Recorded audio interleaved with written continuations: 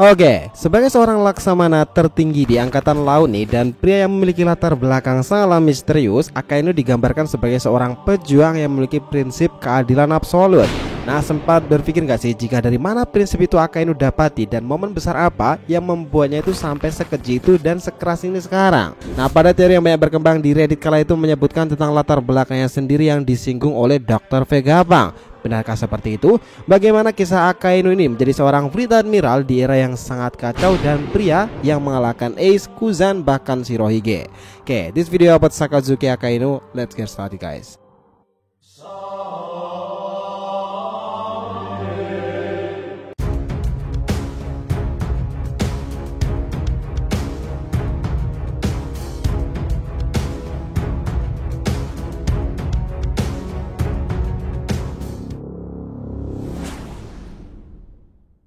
Yo nakama, DRTV Mediatif, welcome back again. Nah, kali ini kita akan ngebahas sih mengenai masa lalu dan juga masa depan dari Akainu serta alasan terkuat kenapa memiliki keadilan absolut yang membawa sepak terjangnya hingga saat ini. Oke, biar nggak salah persepsi silahkan simak sampai akhir ya. Jangan lupa like dan kasih respon di video kali ini. Kita lanjut. Nah, dengarkan ini baik-baik. Memang kita hanya bisa berspekulasi nih perihal bagaimana Akainu itu memiliki prinsip keadilan absolut itu. Mau dilihat dari sisi manapun, wajah angkatan laut sekarang itu adalah penggambaran dari karakter Akainu yang menerapkan sebuah sistem yang tak mau tahu itu loh. Bajak laut harus dimusnahkan, orang-orang jahat harus dihancurkan meskipun dengan cara terkeji sekalipun. Nah, dari informasi yang sempat mencuat di Reddit beberapa waktu itu dari akun Goldie Rogers, ada sebuah panel informasi yang masih menjadi teori tapi viral nih perihal keadilan absolut Akainu itu. Cerita ini diungkapkan oleh Dr. Vegapunk. Nah, hipotesanya itu seperti ini. Di West Blue sana 56 tahun yang lalu ada seorang yatim piatu yang tinggal di zona perang. Setiap malam ibunya itu mengatakan bahwa dia mencintai anaknya. Anak itu tumbuh diintimidasi dan seringkali dirampok. Dia menjadi semakin marah dan bersekongkol dengan anak-anak lainnya. Nah, kelompok anak-anak ini berkelahi dan mencuri makanan untuk dibagikan kepada mereka yang membutuhkan. Dan seperti yang diyakini ibunya, sang anak itu percaya bahwa keadilan dan kebaikan akan selalu ada. Jika Tuhan tak ada, dia akan menegakkan keadilan. Tetapi orang yang diberi makan oleh anak itu mengkhianati kepercayaannya dan mereka tuh malah memukul dan menendang ibunya. Dan kita tahu bahwa ibunya itu dikatakan sampai berdarah di lantai. Ada juga boneka anjing yang baru dijahit untuk diberikan kepada sang anak itu. Dan boneka itulah yang dikenal sebagai anjing merah. Nah, kemudian bocah itu menggendong ibunya ke tempat tidur seperti yang selalu ia lakukan untuknya sampai dia tertidur. Karena sang anak tak lagi percaya nih pada kebaikan orang-orang, yang ada hanyalah keegoisan. Dan dia berjanji untuk menegakkan keadilan mutlak dan melenyapkan sumber kejahatan yang ada sekecil apapun itu. Anak itu sekarang menjadi laksamana tertinggi armada besar angkatan laut, Sakazuki no Akainu. Entah cerita ini benar atau enggak, tetapi dari hipotesa itu memang pasti ada pemicu yang hampir serupa dengan Akainu ini jika sikapnya yang sekarang juga dipengaruhi oleh sesuatu besar di masa lalu. Mungkin tragedi atau peristiwa yang tak akan pernah ia lupakan hingga membuatnya berpegang teguh pada keadilan absolut. Nah, keadilan absolut sendiri itu sebenarnya memang ada benarnya karena membasmi apapun yang berbau kejahatan. Tetapi sikap egois itu juga bagian dari kejahatan pula. Dan itulah yang berbahaya dan dimiliki oleh Akainu. Karena keadilan absolut yang egois itu nih ada sesuatu yang terkesan merusak. Dan kini wajah angkatan laut itu kira-kira seperti itu. Lihatlah bagaimana cara Akainu itu menjalani sepak terjangnya nih. Dia adalah seorang admiral besar yang mengusung tinggi nilai keadilan kala itu. Dan dia berupaya melenyapkan siapapun bajak laut yang berbuat onar. Tetapi karena sifat bengisnya ini, dia itu malah terlihat sebagai orang jahat di kisah One Piece sendiri. Kalau dipikir-pikir lagi, orang yang dikalahkan Akainu sendiri itu adalah mereka yang dicintai para fans yang memiliki keramahan dan sifat bijak akan ketiganya. Pertama adalah podcast The Ace. Kita pasti nggak bakal nolak nih jika sang putra raja bajak laut itu adalah pria yang sangat menjunjung tinggi pertemanan. Ace tentu sama badungnya nih dengan para preman lainnya, tetapi dia itu tahu caranya menyikapi keadilan dan rasa pertemanan. Nah, sebagai komandan tempur kedua Shirohige dan seorang yang terlahir flamboyan itu, Ace tewas di tangan Akainu karena dia itu membiarkan dirinya untuk melindungi sang adik Luffy dari serangan Akainu tadi.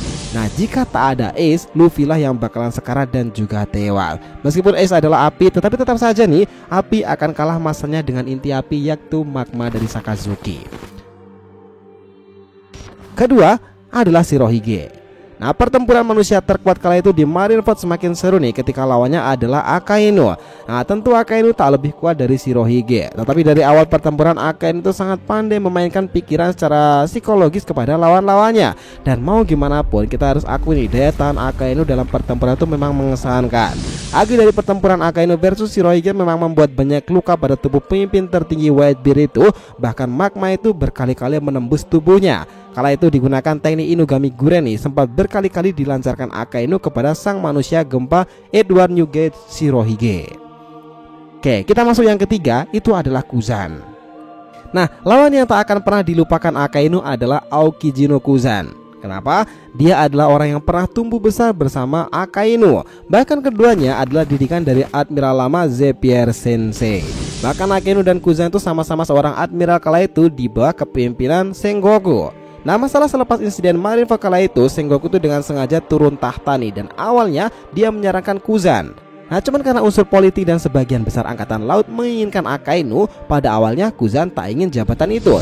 Tetapi jika mereka mengusulkan Akainu menjabat pula, Kuzan tak bakal sudi dan rela angkatan laut dipimpin oleh pria tersebut. Dan Kuzan sendiri tahu tuh nih bagaimana sifat rekannya kala itu.